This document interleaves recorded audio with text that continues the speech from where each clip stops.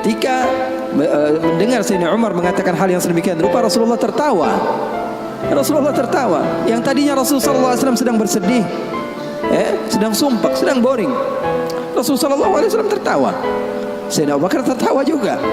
Sayyidina Abu Bakar tertawa, Rasulullah tertawa. Sayyidina Umar bingung, saya lagi cerita sedih kok malah ketawa semua. Ya Abu Bakar, kalau kamu tertawa saya tahu karena Rasulullah tertawa. Rasulullah tidak tertawa kecuali engkau tertawa. Lalu engkau ya Rasulullah, kenapa kok tertawa ya Rasul? Kata Rasulullah apa? Saya ini dari tadi menyendiri di sini gara-gara sumpah. Kenapa? Wahai Umar, sama seperti kalian. Sebabnya siapa? Dua anak kalian, kata Rasulullah SAW. Hei buta, kemari kamu. Ini Nuaiman gak bisa ngelihat orang kecuali dikerjain. Itu Nuaiman, gak bisa ngelihat orang kecuali kerjain, tapi dia dicintai oleh Allah. Susah kan kalau Allah udah cinta. Makanya cari cinta Allah, bukan cari surganya Allah. Cari ridha Allah, jangan cari surganya Allah. Surga itu makhluk, tapi ridhanya Allah, cintanya Allah itu yang paling mahal.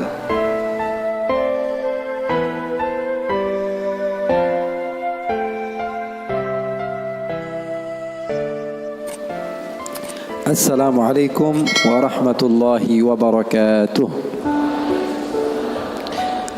Alhamdulillah wa sallallahu wa sallam wa baraka ala Rasulillah Muhammad ibn Abdullah wa ala alihi wa sahbihi wa man walah. Alhamdulillah, malam hari ini kebahagiaan bagi saya untuk bisa bersanding dengan artis Korea.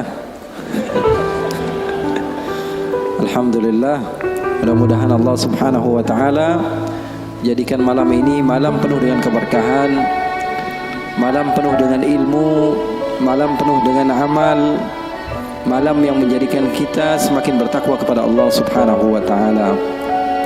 Ikhwani, ilmu yang banyak, akan tetapi kalau tidak diamalkan hasilnya adalah kosong. Ilmu yang banyak tapi amalnya tidak ada, hasilnya kok kosong. Akan tapi sebagian orang dia fokus kepada sedikit yang dia miliki dan dia istiqamah di dalam kebaikan tersebut, maka menghasilkan sesuatu yang bisa membuat dia bahagia di dunia dan di akhirat. Oleh karena itu pesan saya, apa yang telah disampaikan Al-Habib Muhammad barusan, banyak ilmu yang bisa kita ambil, banyak ilmu yang bisa kita gali, banyak ilmu yang bisa kita amalkan. Sedikit yang beliau katakan, ambil, amalkan. Terkadang sebagian di antara kita kalau kebanyakan malah error. Betul atau tidak? Betul atau tidak? Makanya ada kaidah mengatakan apa? Ma la yudraku kulluh la yutraku julluh. Jadi pesan saya di pertemuan ini, insyaallah mulia ini, gak usah panjang-panjang ya. Yang tadi aja kita ulang-ulang lagi, kita ingat-ingat lagi, kita amalkan. Saya kira segitu saja dari saya.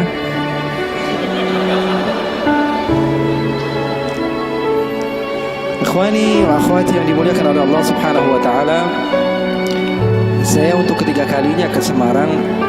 Saya bingung kenapa setiap bulan jadi saya ke Semarang ini. Tapi semangat sahabat-sahabat yang ada di Semarang luar biasa, menjadikan saya semakin bersemangat untuk berjumpa dengan kalian.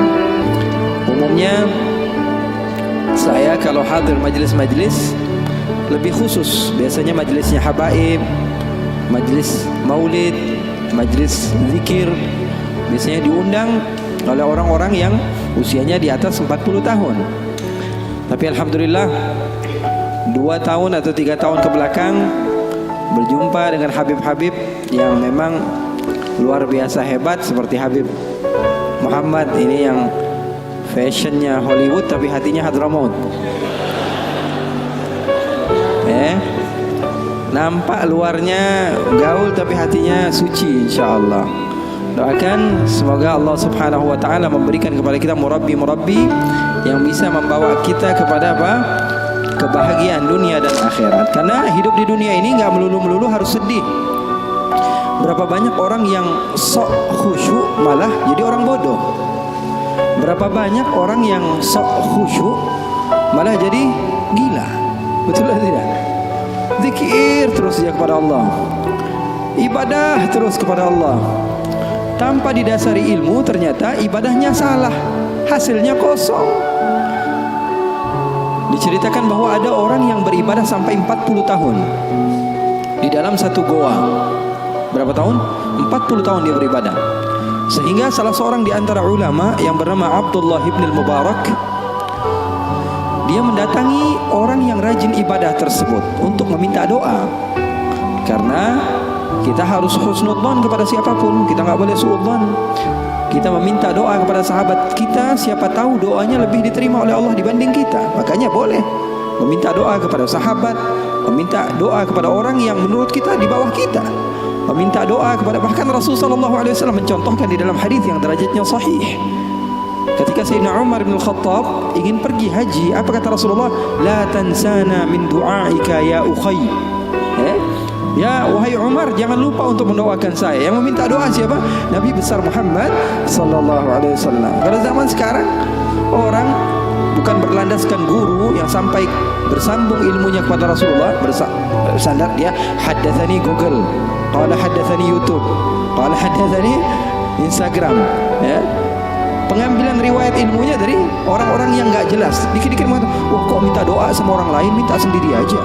Memangnya Allah hanya mendengar dari sahabat kamu, bukan dari diri kamu? Rasulullah contoh tauladan yang baik. Nabi Muhammad saja minta doa daripada sahabat-sahabatnya, daripada Sayyidina Umar bin Khattab. Oleh karena itu, seseorang yang bernama Abdullah bin al-Mubarak, ini dukun apa? Kok ini asapnya ke saya terus? Apa sunnah, Beb? Nah, ini boleh kita bahas juga, Beb, ini, Beb. Jadi terkadang sebagian orang mengira sesuatu yang aneh, ya, dan dia tidak mengetahui hal tersebut, itu adalah hal yang salah. Ikhwani, sesuatu yang kamu tidak ketahui tidak mesti itu tidak ada. Paham atau tidak? Itu catat itu. Jadikan selalu di otak pikiran kita, segala sesuatu yang tidak kamu ketahui tidak mesti itu tidak ada. Karena terkadang batas otak pikiran kita hanya sebatas apa yang kita ketahui. Contohnya, saya punya sahabat ini pernah ke Kuala Lumpur sekali doang, padahal ke Kuala Lumpur, ke Malaysia, itu juga transit dia, ya. Dia umrah, dia transit sebentar ke Kuala Lumpur, keluar 2 jam, kemudian dia masuk lagi, lalu pergi ke Jeddah. Saya kalau pergi ke Malaysia, karena dulu saya banyak kajian di Malaysia, baru sekitar 3 atau 4 tahun saya tinggalkan Malaysia, saya lebih banyak di sini, ya. Di Indonesia baru sekitar 3 atau 4 tahun. Saya juga, ya, dikontrak beberapa channel di Malaysia juga. Jadi ceramahnya sudah biasa bahasa Upin Ipin lah, ya. Bahasa Upin Ipin. Jadi sekarang berubah sedikit demi sedikit, makanya saya minta maaf kalau ada sebagian bahasa mungkin yang masih terkadang jatuh. Boleh lah, ya kan? Boleh kan? Boleh aja, ya. Ada sebagian bahasa mungkin sedikit jatuh, saya minta maaf. Kalau ada salah seorang di antara sahabat saya yang pernah ke Kuala Lumpur cuma 2 jam saja. Kalau saya pergi ke Malaysia, saya katakan saya ada kajian di mana? Di Melaka.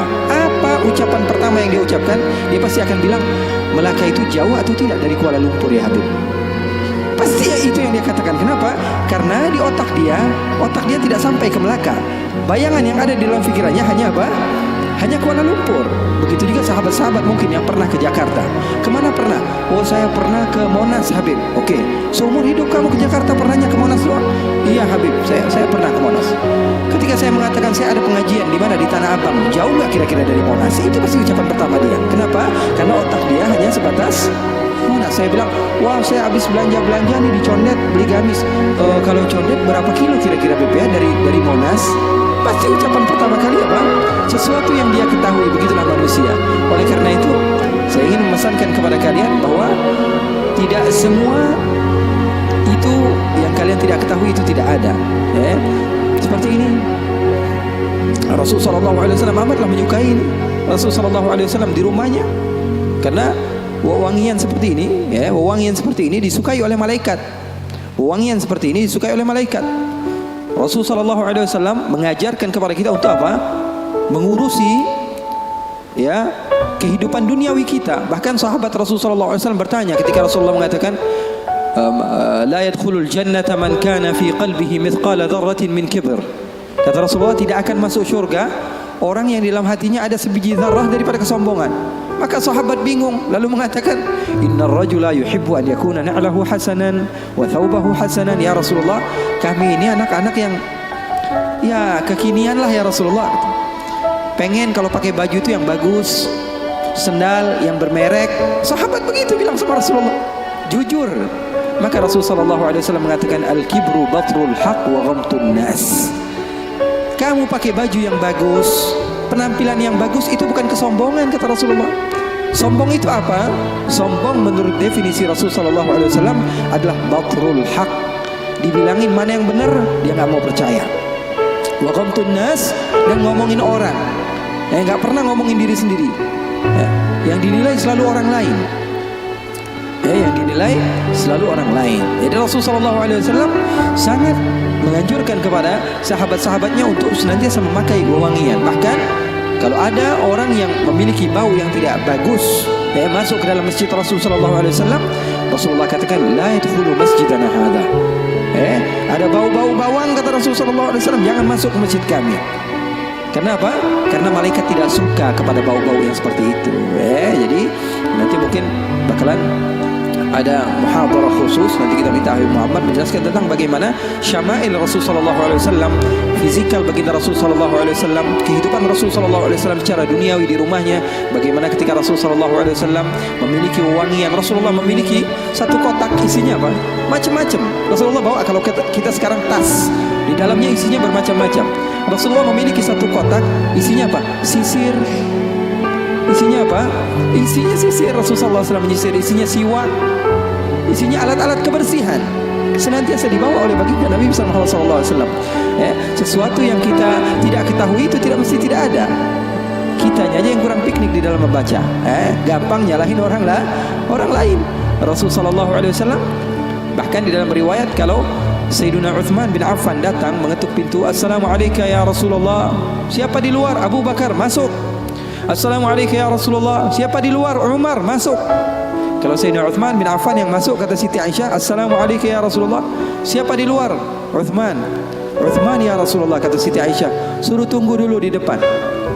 Apa yang dilakukan oleh Rasulullah? Rasulullah masuk kamar, Rasulullah ambil sisir, Rasulullah ambil parfum. Rasulullah SAW pakai jubah yang terbaik yang Rasulullah SAW miliki.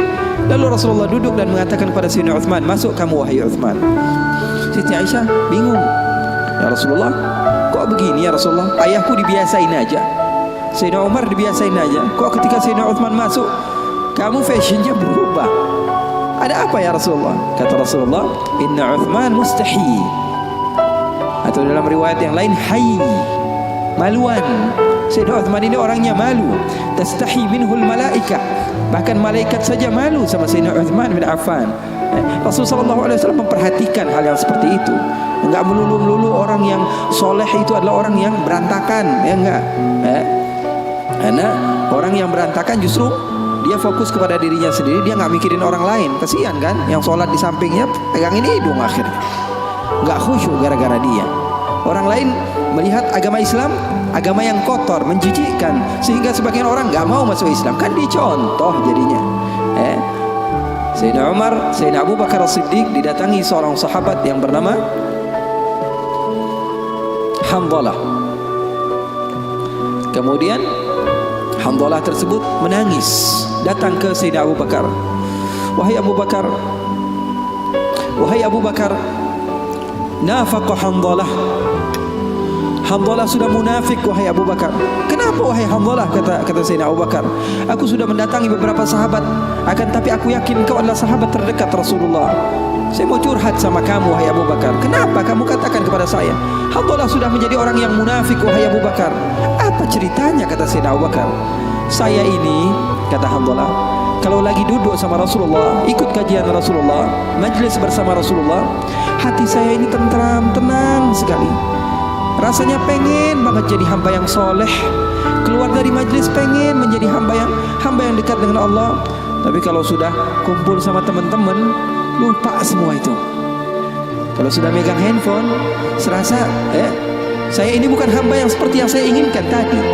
Kalau saya sudah duduk di kafe sama sahabat-sahabat saya, seakan-akan saya ini bukan anak majlis lagi.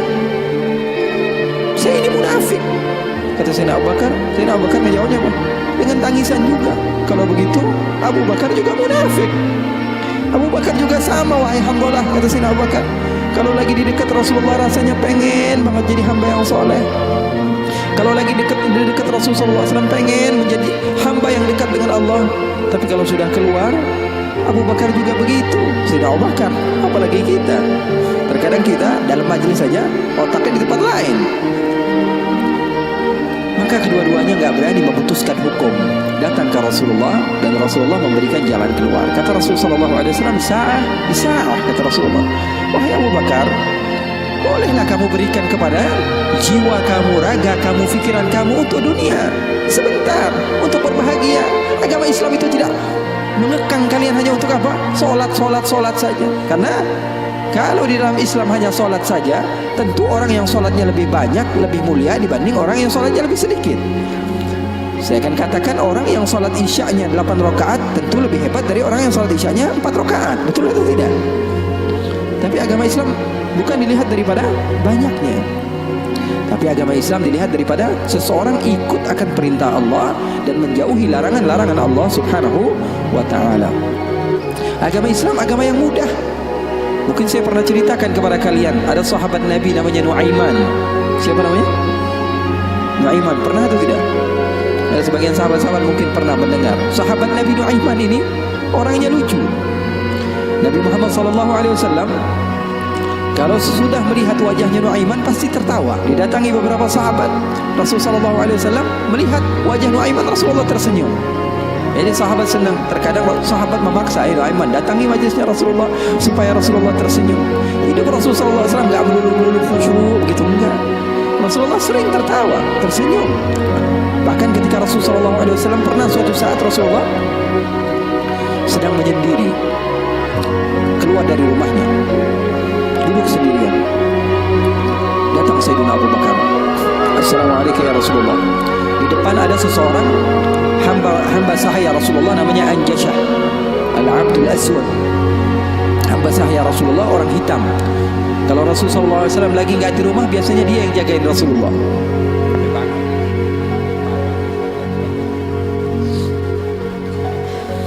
Siapa namanya? Anjashah, penjaga Rasulullah SAW. Maka Rasulullah SAW duduk ketika itu sendiri. Abu Bakar datang izin, Anjashah boleh atau tidak saya masuk? Kata Rasulullah, siapapun mau masuk silahkan masuk. Masuk Sayyidina Abu Bakar. Sayyidina Abu Bakar ini nggak kuat. 1 jam saja pisah dari Rasulullah dia pasti kacau hidupnya. Datang ke Rasulullah SAW duduk. Sayyidina Abu Bakar orangnya begitu, nggak berani. Ini paham bahasa Indonesia nggak nih? Paham ya? Saya kira karena sebagian orang, saya pernah ceramah di satu tempat di Banten, di pedalaman dusun. Saya ngomong bahasa Indonesia, saya kira paham semua orang. Pas selesai kajian sekitar 1,5 jam saya ngomong, tahu-taunya nggak ada yang paham bahasa Indonesia. Rasanya pengen apa itu? Paham bahasa Indonesia, paham ya? Paham. Maka Sayyidina Abu Bakar masuk ke rumah Rasul, ke tempat Rasulullah SAW. Ketika itu sedang duduk, Rasulullah diam. Sayyidina Abu Bakar orangnya ini nggak berani memulai omongan, berbeda dengan sahabat yang lain. Melihat Rasulullah dia diam saja. Beliau ini diantara syimahnya, diantara apa? Syama'ilnya, diantara sifat Sayyidina Abu Bakar yang disebutkan perawi bahwa Sayyidina Abu Bakar ini kalau Rasulullah tersenyum dia tersenyum, kalau Rasulullah nangis dia nangis, kalau Rasulullah bahagia dia bahagia. Pokoknya yang ada di dalam otaknya Rasulullah saja. Buktinya di dalam hijrah Nabi Muhammad SAW bertanya kepada Sayyidina Abu Bakar, ada air atau tidak? Rasulullah perjalanan beberapa hari, ada air atau tidak? Sayyidina Abu Bakar bergegas mencari air. Dapat sedikit, diberikan kepada Rasulullah SAW. Rasulullah minum. Lalu beliau mengatakan, fasyariban nabiyyu wartawaitu ana. Katanya Rasulullah yang minum, tapi yang lepas dahaga saya. Sallu ala nabi. Itu yang namanya cinta. Itu yang namanya cinta. Yang minum Rasulullah tapi yang lepas dahaga siapa? Sayyidina Abu Bakar As-Siddiq. Maka Sayyidina Abu Bakar duduk diam. Rasulullah nggak ngomong, dia nggak ngomong.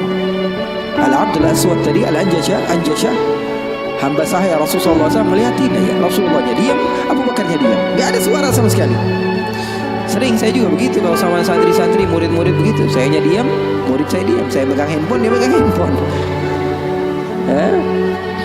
Rasulullah SAW diam, Sayyidina Abu Bakar diam. Sayyidina Umar datang, Assalamualaikum ya Rasulullah. Waalaikumsalam. Kata Rasulullah SAW, masuk duduk Sayyidina Umar. Sayyidina Umar dia orangnya nggak bisa diam. Beda sama Sayyidina Abu Bakar As-Siddiq. Duduk sebentar, 5 menit, Rasulullah diam, Abu Bakar diam. 10 menit, 15 menit masih diam. Lalu Sayyidina Umar memberanikan untuk membuka pembicaraan. Dia katakan, "Ya Rasulullah." "Iya ya Umar, saya mau tanya ya Rasulullah, mau cerita, mau curhat ya Rasulullah."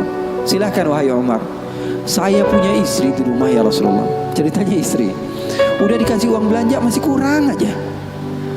Sudah dicukupi keperluannya masih saja marah-marah. Nah, itu orang yang udah punya istri ya, nggak punya istri kesian deh lo.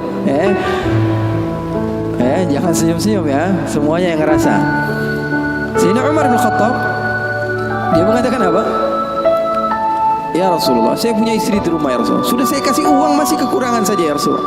Sudah saya cukupi keperluannya masih saja ya Rasulullah." Cerita panjang lebar tentang istrinya kepada Rasulullah SAW. Serius ini Sayyidina Umar. Rasulullah ketika mendengar Sayyidina Umar mengatakan hal yang sedemikian rupa, Rasulullah tertawa. Rasulullah tertawa. Yang tadinya Rasulullah SAW sedang bersedih, sedang sumpah, sedang boring, Rasulullah SAW tertawa.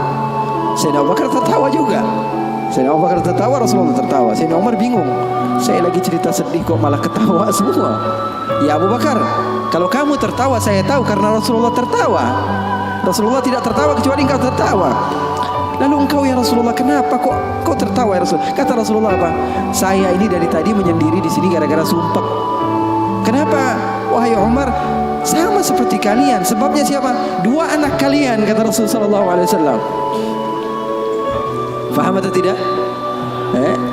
Sayyidina Umar cerita panjang lebar tentang istrinya. Kata Rasulullah SAW, "Saya juga datang ke sini menyendiri, lari dari rumah. Karena apa? Karena ulah anak 2 kalian." Karena Rasulullah SAW memiliki istri Sayyidatuna Aisyah dan Sayyidatuna Hafsah, putri Sayyidina Umar. Jadi begitu. Yang namanya suami sekelas Rasulullah SAW saja digituin, apalagi ente.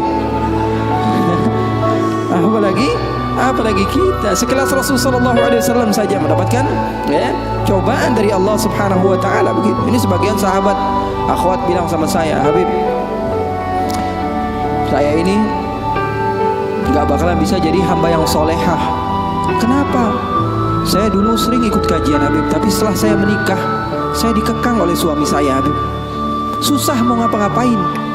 Dia sholatnya malas, ibadahnya malas, zikirnya malas. Kalau saya nggak jadi solehah, yang tanggung jawab kan suami saya Habib ya." Saya berkatakan kepadanya, "Itu kejadian benar." Iya betul ya Habib." Dia bilang, "Suami saya itu tidak mendidik ya Habib." "Bagaimana?" Dia bilang, "Ada seseorang yang mulia yang solehah bernama Siti Asia." Tahu Siti Asia? Tahu Siti Asia? Itu mulia dan dimuliakan Al-Quran, dimuliakan Rasulullah.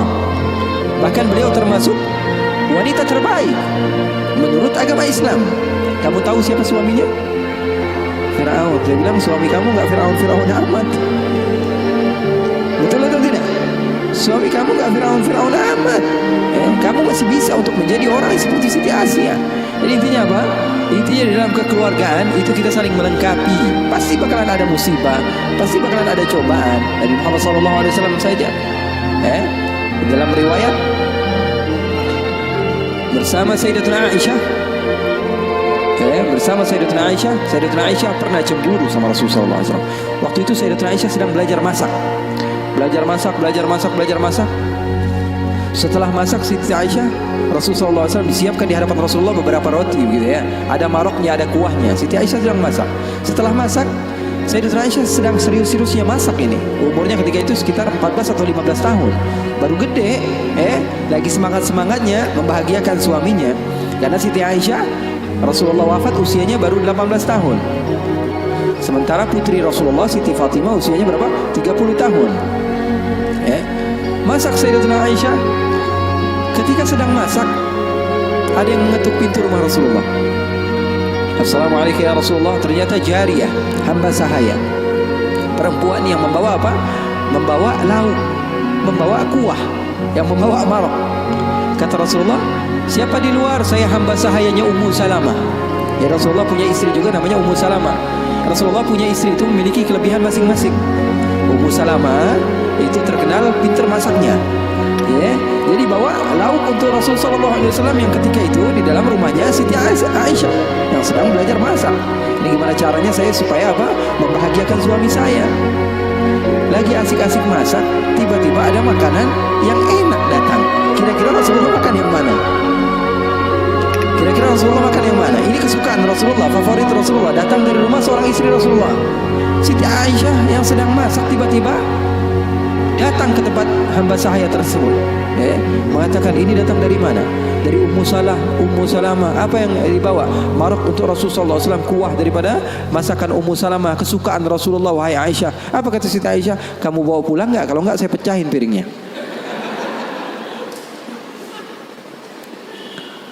Yang jadi masalah di hadapan beliau Siti Aisyah ketika itu ada Rasulullah. Kalau ngomongnya hanya berdua saja mungkin biasa, tapi cewek tuh, lihat tuh bahayanya cewek. Inna kaidakunna azim, kata Allah. Sesungguhnya tipu daya muslihat perempuan itu azim. Allah yang bilang. Sementara muslihatnya syaitan, kata Allah Subhanahu wa taala, dhaif, lemah. Di dalam Al-Qur'an kalian baca, betul Beb? Setan Allah Subhanahu wa taala sifatkan tipu muslihatnya itu sangatlah lemah, tipu dayanya. Tapi kalau perempuan, inna kaidakunna azim, kata Allah Subhanahu wa taala.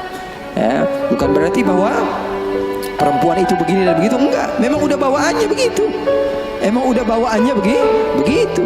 Makanya orang yang paling sabar dengan istrinya pahalanya paling besar.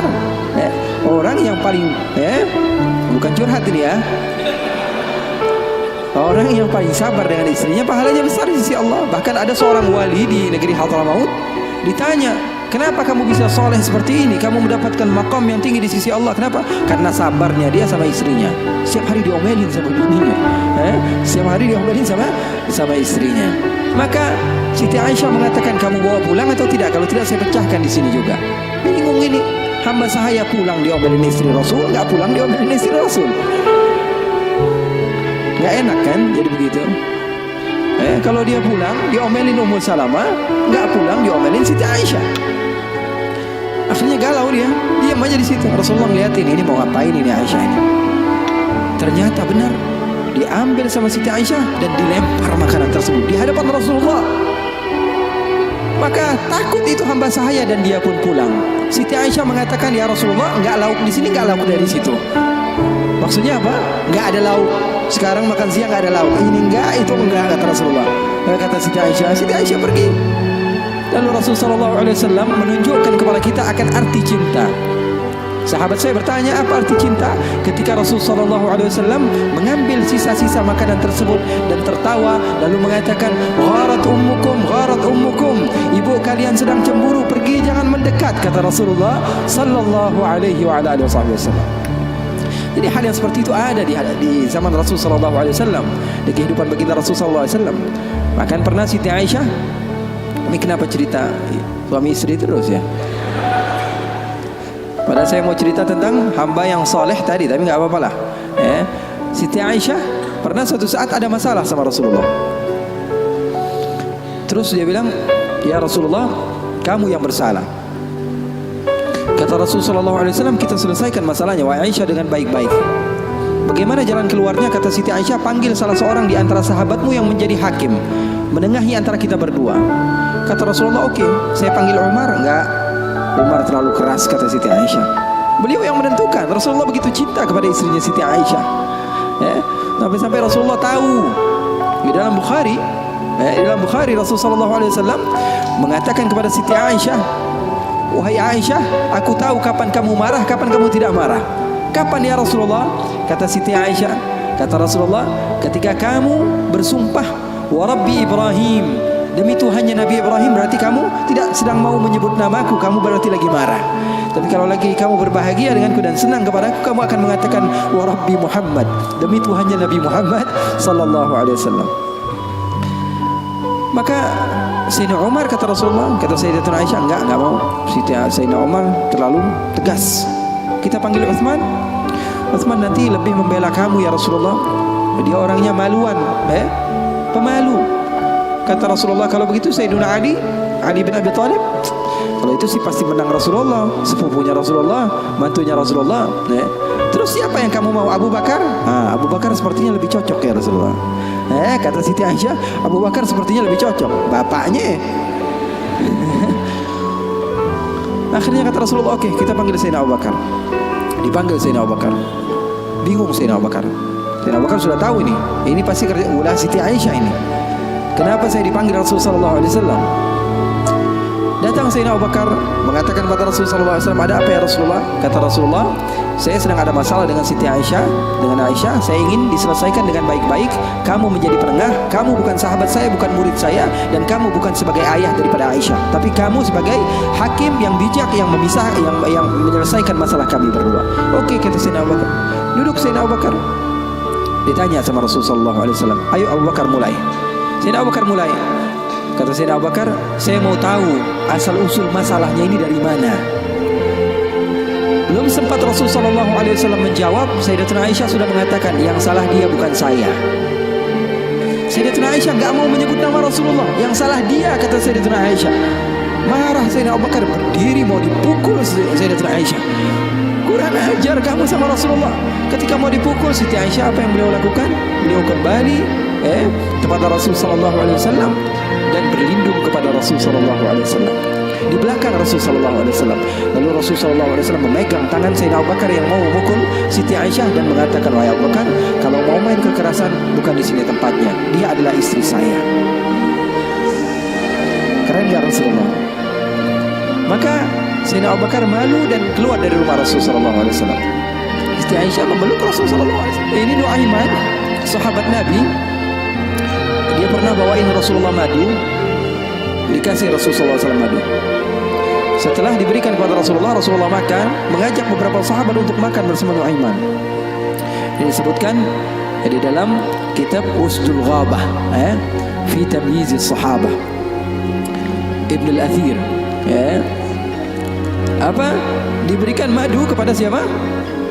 Kepada Rasulullah SAW. Rasulullah ambil madunya, diberikan kepada sahabat-sahabat Rasulullah SAW. Setelah dimakan oleh Rasulullah SAW, tiba-tiba Nuaiman datang bersama seorang pria. Lalu Rasulullah bertanya kepada Nuaiman, siapa dia? Kata Nuaiman, ini penjual madunya ya Rasulullah. Maksud kamu? Saya tadi niatnya mau beliin Rasulullah tapi gak ada uangnya. Maksudnya Rasulullah yang bayar. Rasulullah sudah habiskan madunya dan Rasulullah SAW disuruh bayar sama Nuaiman. Lalu Rasulullah SAW bertanya kepada Nuaiman, Nuaiman, kamu berani sekali sama saya, kata Rasulullah. Oh, kamu berani sekali. Apa kata Nuaiman? Saya jujur ya Rasulullah, saya nggak pernah melihat ada satu baju baru yang datang di kota Madinah atau makanan baru kecuali saya berharap saya adalah orang yang pertama menunjukkannya kepadamu dan memberikannya kepadamu ya Rasulullah. Oh, bagus itu. Masalahnya cuma satu ya Rasulullah, nggak punya fulus, nggak punya uang ya Rasulullah. Masalahnya saya cuma begitulah Nuaiman. Kisah hidupnya luar biasa, membuat Rasulullah SAW bahagia. Orang yang seperti itu, kalau kita yang jadi seperti itu, mungkin kita adalah orang yang pertama kali masuk neraka. Kurang ajar sama Rasulullah. Tapi terkadang ada sebagian orang yang melakukan keburukan, tapi kalau dicintai oleh Allah, keburukannya menjadi kebaikan.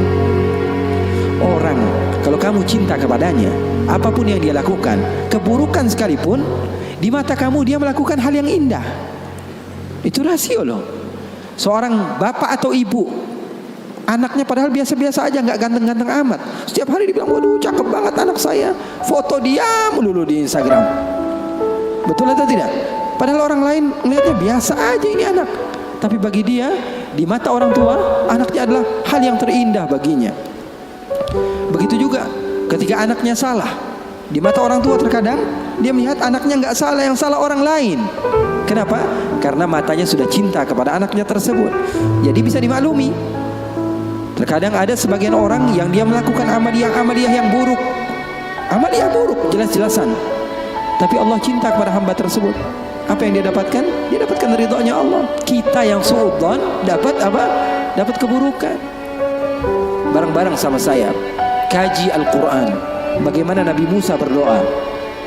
Allah katakan, falamma akhadathum ar-rajfah, tatkala Nabi Musa didatangi musim paceklik, nggak ada air sama sekali, Nabi Musa berdoa. Apa doa Nabi Musa? Qala rabbi law syi'ta ahlaktahum min qablu wa iyyai. Ya Allah, Kenapa nggak dikasih air sih? Lau syi'ta ahlaktahum min qablu wa iyyai. Kalau mau hancurin sekalian, jangan airnya doang ya Rabb. Marah-marah sama Allah. Kalau mau hancurkan sekalian semuanya. Atuhlikuna bima fa'ala as-sufaha'u minna? Ya Allah, kenapa engkau menghancurkan kami atau menahan air dari kami hanya karena beberapa orang oknum saja daripada hamba-Mu yang berada bersama kami yang melakukan kesalahan? Kenapa kami semua yang kena imbasnya? Marah-marah sama Allah. Kemudian Nabi Musa mengatakan, in hiya illa fitnatuk. Balik-baliknya semua fitnah datangnya darimu ya Allah, bukan dari kami. Kalau yang doa kita, mungkin kita sudah menjadi orang yang kufur pertama kali, marah-marah sama Allah. Tapi yang berdoa orang yang dekat kepada Allah, hasilnya apa? Hasilnya Allah memberikan kebaikan. Makanya poin di sini yang saya ingin sampaikan kepada kalian, terkadang orang lain melakukan maksiat, kita jelas-jelasan melihat dia maksiat, kemudian kita menghinakan dia, sementara dia di mata Allah adalah orang yang baik. Kita semakin jauh, dia semakin dekat. Itu hasilnya. Makanya ulama-ulama kalian, para habaib-habaib kalian mengajarkan kepada kalian apa? Untuk menutup mata kalian daripada kesalahan orang lain. Fokus saja sama diri sendiri.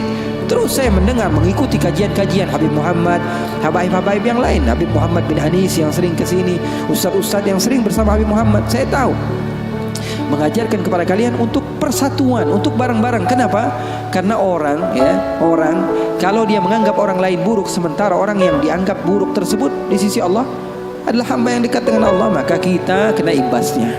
Kita dapat dosanya. Di zaman Rasulullah SAW sudah meninggal, Rasulullah SAW sudah intaqala ila rafiqil a'la. Bahasa meninggal sepertinya kurang pas buat Rasulullah SAW. Rasulullah SAW berpindah kepada alam yang lain. Datang Rasulullah SAW di zaman Sayyidina Uthman bin Affan. Nuaiman duduk di depan masjid Rasulullah SAW. Rasulullah sudah nggak ada. Nuaiman sumpah. Biasanya Rasulullah SAW dimainin sama dia. Ini duduk di masjidnya Rasulullah SAW. Nggak ada kerjaan dia. Dia ambil batu, dia lempar, ngeliatin orang yang bolak-balik sana. Kalau kata orang Malaysia, pusing sana, pusing sini, balik sana, balik sini. Nuaiman melihat ada orang yang buta, orang yang nggak bisa melihat, pegang tongkat. Jalan dia pusing sana, pusing sini, balik sana, balik sini. Nuaiman, saya lagi sumpek, ini orang bikin tambah sumpek. Dipanggil sama Nuaiman, buta, kemari kamu. Ini Nuaiman gak bisa ngelihat orang kecuali dikerjain. Itu Nuaiman, gak bisa ngelihat orang kecuali kerjain. Tapi dia dicintai oleh Allah. Susah kan kalau Allah udah cinta. Makanya cari cinta Allah, bukan cari surganya Allah. Cari ridha Allah, jangan cari surganya Allah. Surga itu makhluk, tapi ridhanya Allah, cintanya Allah itu yang paling mahal. Nuaiman akhirnya dipanggil buta, buta kamu kemari. Kenapa, kata si buta?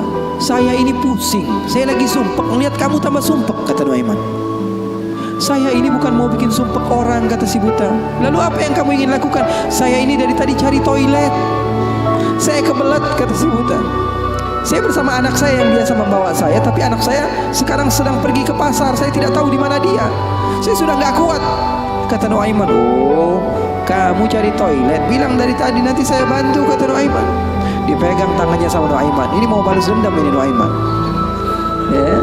Ini dipegang tangannya, dibawa kemana? Ke masjidnya Rasulullah Sallallahu Alaihi Wasallam. Dulu masjid nggak ada toiletnya, beda sama sekarang.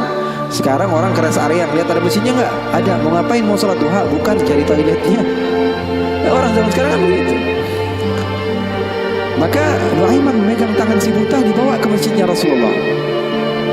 Kira-kira sudah dekat mihrab, di samping, di depan, katanya, oh ini toiletnya. Kamu mau ngapain? Terserah kamu di sini. Apakah sudah tidak ada orang di belakang saya? Tidak ada, sudah aman tempatnya. Nuaiman kabur udah nggak ngurusin lagi udah. Orang lagi sholat, banyak sahabat-sahabat tabi'in lagi pada sholat. Ini tiba-tiba di depan, bayangin di depan situ ada yang buka celana. Yang lagi sholat, mereka mempercepat sholatnya lalu maju ke depan, ingin dipukul ini orang. Ternyata ketika dilihat, wah buta ternyata. Kenapa kamu berani buang air kecil di masjidnya Rasulullah? Awal masjid Rasulullah. Apakah ini masjidnya Rasulullah? Iya, ini masjidnya Rasulullah. Inna lillahi wa inna ilaihi raji'un. Kata siapa? Si buta ini. Tadi saya cari-cari toilet, tiba-tiba saya berjumpa dengan orang yang sepertinya orang baik. Dari tutur bicaranya adalah orang baik. Dia katakan ini adalah toilet, tempat buang air kecil. Kata sahabat-sahabat, pasti ulahnya Nuaiman. Karena semua sudah tahu, sudah ini kerjaan Nuaiman, gak ada selain dia. Maka siapa kata si buta? Nuaiman. Oh, kurang ajar Nuaiman. Saya nadar, saya tidak keluar dari kota Madinah, pulang ke kampung saya sebelum saya pukul Nuaiman dengan tongkat saya. Buta ini sudah begitu marah. Akhirnya dia keluar dari masjid, dia cari-cari. Dia pusing sana, pusing sini, lari sana, lari sini. Dia cari di mana yang namanya Nuaiman. Tanya ke sana, tanya kemari. Tahu nggak Nuaiman? Oh, Nuaiman kalau dicari nggak bakalan ketemu. Ya. Tiba-tiba dia sudah capek, ini si buta. Nuaiman datang. Nuaiman tanya, nakar sautu. Dia rubah suaranya. Buta, lagi ngapain sendirian di sini? Dia bilang, saya lagi sumpah ini. Sumpah kenapa? Saya ditipu sama orang. Siapa namanya? Nuaiman. Terus kamu mau ngapain sekarang? Saya mau balas dendam. Oh, sini saya antar kamu kepada Nuaiman. Padahal yang ngomong siapa? Nuaiman. Ini bukan cerita-cerita saya yang bikin loh, bukan. Ada riwayatnya. Maka Nuaiman memegang tangan si buta, dibawa lagi kemana?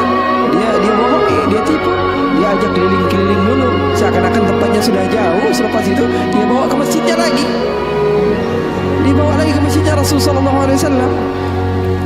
Didekatkan kepada mihrab. Ketika itu Khalifatul Rasulullah Sayyidina Uthman bin Affan, Amirul Mukminin, sedang sholat. Sayyidina Uthman, jangan kalian tanya khusyuknya di dalam salat. Bahkan beliau terbunuh ketika sedang membaca Al-Quran, zikir kepada Allah Subhanahu Wa Taala. Dibawa oleh Nuaiman si buta dengan tongkatnya, disuruh pegang-pegang. Di mihrab ada orang nggak? Ada. Itu tuh Nuaiman itu, dia pura-pura soleh itu, dia habis nipu kamu, dia pura-pura sholat katanya. Oh, ini Nuaiman. Iya. Akhirnya Nuaiman pergi.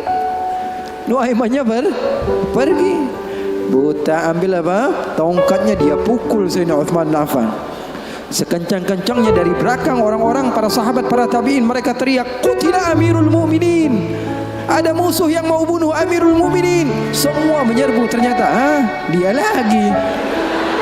Baru sekitar setengah jam yang lalu dia buang air kecil di sini. Sekarang sudah pukul Sayyidina Uthman bin Affan.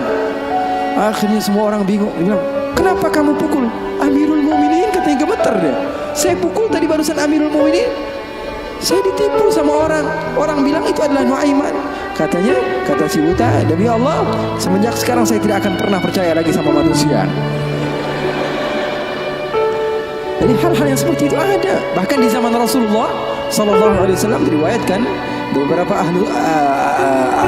ashabus sunan, mereka meriwayatkan Nuaiman ini pernah di zaman Rasul loh, di zaman Rasul. Terusin ya. Penyemangat Nabi Muhammad. Tapi dia curang. Di tempat saya cuma berbicara 10 menit aja. Kalau ceramah di tempat saya hanya 10 menit. Saya sudah setengah jam lebih nih. Hampir sejam. Double ini.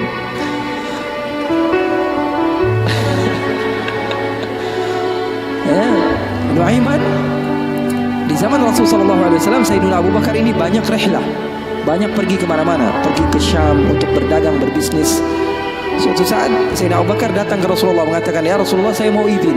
"Izin apa wahai Abu Bakar?" "Saya mau ajak Nuaiman ini ikut saya berbisnis ke negeri Syam, ke luar negeri ini, bikin paspor Nuaiman. Keren, ke daerah lain, ke Syam." Kata Rasulullah, "Ya sudah, bawa saja Nuaiman, gak apa-apa." Dari sahabat Nabi izin dulu sama Rasulullah. Dibawa Nuaiman. Dibawa Nuaiman bersama beberapa orang yang ikut. Biasa Sayyidina Abu Bakar kalau berbisnis, berdagang ke negeri Syam, dia bawa rombongan yang banyak. Di antaranya tadi Nuaiman. Nuaiman dibawa. Sesampainya di negeri Syam, semua dibagi tugasnya oleh Sayyidina Abu Bakar. Kamu berdagang, kamu membeli, fulan bin fulan, semuanya mendapat apa? Tugas dari Sayyidina Abu Bakar. Ada seseorang di antara sahabat Sayyidina Abu Bakar, namanya Huwaitib. Namanya siapa? Huwaitib. Ini orangnya polos. Orangnya polos banget. Kata Sayyidina Abu Bakar, "Kamu seperti biasa wahai Huwaitib. Apa kerjaan kamu?" "Pekerjaan kamu jaga makanan." Kalau saya minta makan, kamu kasih. Kalau saya belum datang, maka jangan beri makanan. Nuaiman tanya, saya kerjaannya apa wahai Abu Bakar? Kamu mau ngapain terserah kamu wahai Nuaiman. Yang penting kamu hadir bersama-sama. Rasulullah SAW dan sahabatnya itu manhaj mereka, nggak melulu serius aja.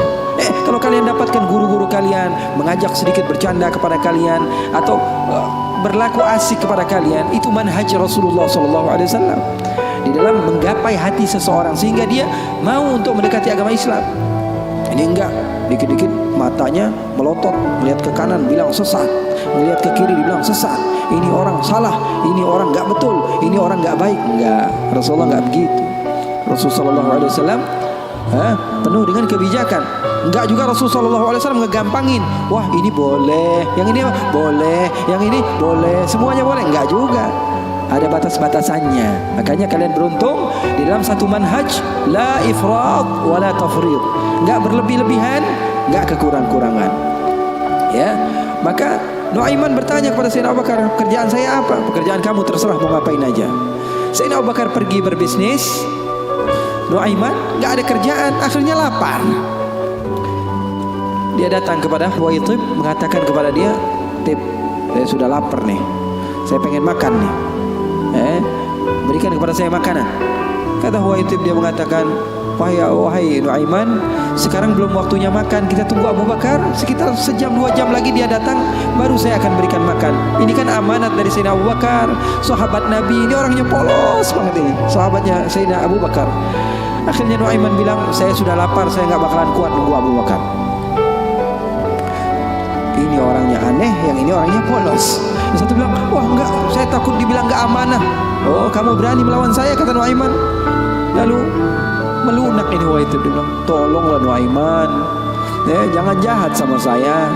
Kalau Rasulullah saja bisa kamu kerjain, apalagi saya. Tolonglah katanya, jangan macam-macam. Kata Nuaiman, kamu berikan makanan, kalau tidak saya bikin masalah sama kamu. Ngancam Nuaiman. Akhirnya dia mengatakan, waduh gimana ini amanat dari Abu Bakar, sudah terserah kamu, yang terpenting saya tidak akan berikan makanan sehingga Abu Bakar datang, kamu mau ngapain terserah kamu. Akhirnya Nuaiman bilang, wah nantang saya, kata Nuaiman. Apa yang dilakukan Nuaiman? Nuaiman pergi ke pasar, dia cari tempat penjualan hamba sahaya.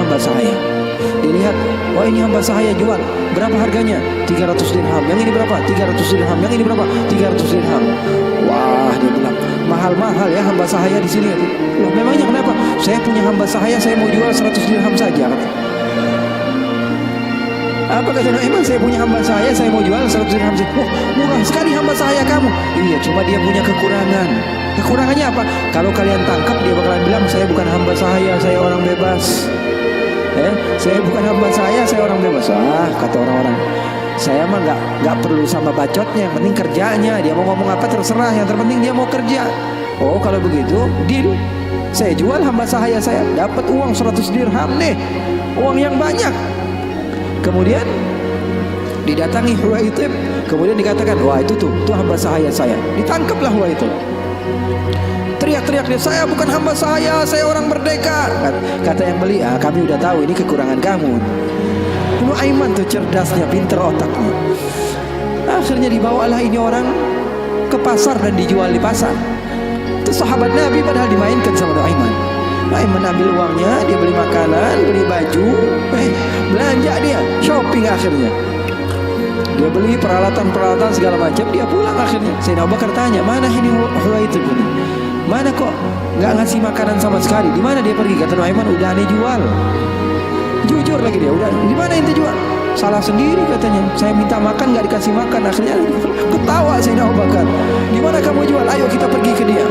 Dicari di pasar, ternyata Huwaitib masih berada di satu tempat, di situ dia dijual. Untung belum dibeli orang itu. Berapa kalau udah dibeli orang lain kan?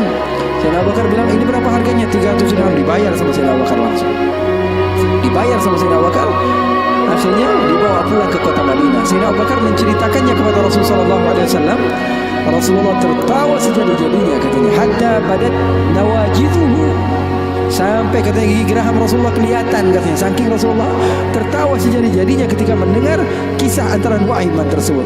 Katanya halal haul, kata perawinya, sampai 1 tahun berlalu Kisah Rasulullah pasti tetap tentang Nuaiman ngejual sahabatnya yang lain. Ya, Rasulullah SAW hidupnya asik. Ya, Rasulullah SAW hidupnya seru. Oleh karena itu, yang terpenting apa? Ilmu walaupun sedikit tapi amal. Ilmu walaupun sedikit tapi amal. Oke, nggak apa-apa, asik-asikan di dalam kehidupan dunia kita, nggak apa-apa. Yang terpenting apa? Berlandaskan ilmu. Amal itu berlandaskan ilmu. Abdullah bin Mubarak tadi, dia datang ke goa, berjumpa dengan seseorang yang sudah beribadah selama 40 tahun. Abdullah bin Mubarak bilang, wahai Syekh, doakan saya, kamu adalah orang yang soleh, orang yang dekat dengan Allah, doakan supaya saya dekat kepada Allah Subhanahu wa taala. Katanya, iya, baiklah, saya akan doakan kamu. Ini kata orang yang rajin ibadah tadi, 40 tahun dia beribadah. Didoakan oleh dia. Kemudian Abdullah bin Mubarak, ringkas cerita, izin pulang. Ketika pulang, Abdullah bin Mubarak melihat keanehan. Ini kok hamba Allah dia pakai gelang. Bukan pakai gelang, pakai kalung. Ini kok dia pakai kalung? Ketika diperhatikan sepertinya ada sesuatu di kalungnya. Ketika didekati ternyata apa? Dia pakai bangkai tikus. Jadi di sini dia pakai kalung, di bawahnya ada bangkai tikus. Nauzubillah min dzalik. Ditanya sama Abdullah bin Mubarak, itu yang kamu pakai apa? Oh, ini ceritanya sudah lama, katanya. Bagaimana ceritanya? 40 tahun yang lalu, ketika saya pertama kali datang ke tempat ini untuk beribadah hijrah kepada Allah, saya mau hijrah nih. Saya tinggalkan kehidupan saya yang lalu. Saya duduk di tempat ini, saya beribadah. Saya rapikan tempat ini karena saya tahu tempat ini tempat makan saya, tempat tidur saya, tempat sholat saya. Ketika saya sedang merapikan, ternyata ada tikus. Akhirnya saya bunuh. Takut saya diganggu oleh tikus tersebut. Setelah saya bunuh, saya berpikir, saya beristikharah. Dia bilang istikharah lagi. Dia bilang, saya pikir saya datang ke tempat ini untuk beribadah kepada Allah, tapi kenapa saya mengganggu hambanya Allah? Maka setelah itu saya bernadar, saya tidak akan sholat kecuali membawa dia. Dia bilang, saya tidak akan sholat kecuali membawa dia. Dia bilang, Abdullah Mubarak, kamu tidak tahu bahwa bangkai ini adalah sesuatu yang najis. Sholat kamu bisa menjadi tidak sah. Jangankan ibadah sunnah kamu, ibadah wajib kamu saja perlu diqadha. Ibadah wajib kamu saja tidak sah. Bukan menjadi hamba Allah yang banyak ibadahnya, malah dia banyak dosanya dan memiliki tanggung jawab di sisi Allah. Kenapa? Alasannya karena nggak punya ilmu. Mau banyak-banyak hasil tapi ilmu nggak ada. Itu namanya PA. Tahu nggak? Mau banyak hasil tapi ilmunya nggak ada. Banyak kerjanya tapi bukan berlandaskan ilmu, maka hasilnya juga kosong. Oleh karena itu pesan saya, kalau kumpul-kumpul sama habaib, sama ustadz-ustadz, sama siapapun, orang-orang yang memiliki ilmu, ambil walaupun sedikit daripada ilmunya, amalkan itu saja dulu. Nanti jangan terlalu banyak, pengennya begini, pengennya begitu, pengennya langsung jadi wali, jangan. Mencontoh gurunya ketika gurunya sudah jadi, itu kesalahan besar. Tuh catat, mencontoh guru ketika guru sudah jadi itu kesalahan besar. Mencontoh guru itu ketika dia belajar, ketika dia berusaha. Nggak ada orang yang alim, orang yang sukses kecuali dulunya dia susah. Ini mau nyontoh yang udah kerennya doang. Gaya berjalannya, pengen mobilnya sama, handphonenya sama, semuanya pengen sama, penampilannya pengen sama. Nanti dulu. Kalau kamu di masa hijrah, kamu contoh ketika guru kamu sedang berusaha, dan insya Allah itu manfaat bagi kita semua. Waktu kita masih ada beberapa menit, insya Allah untuk doa.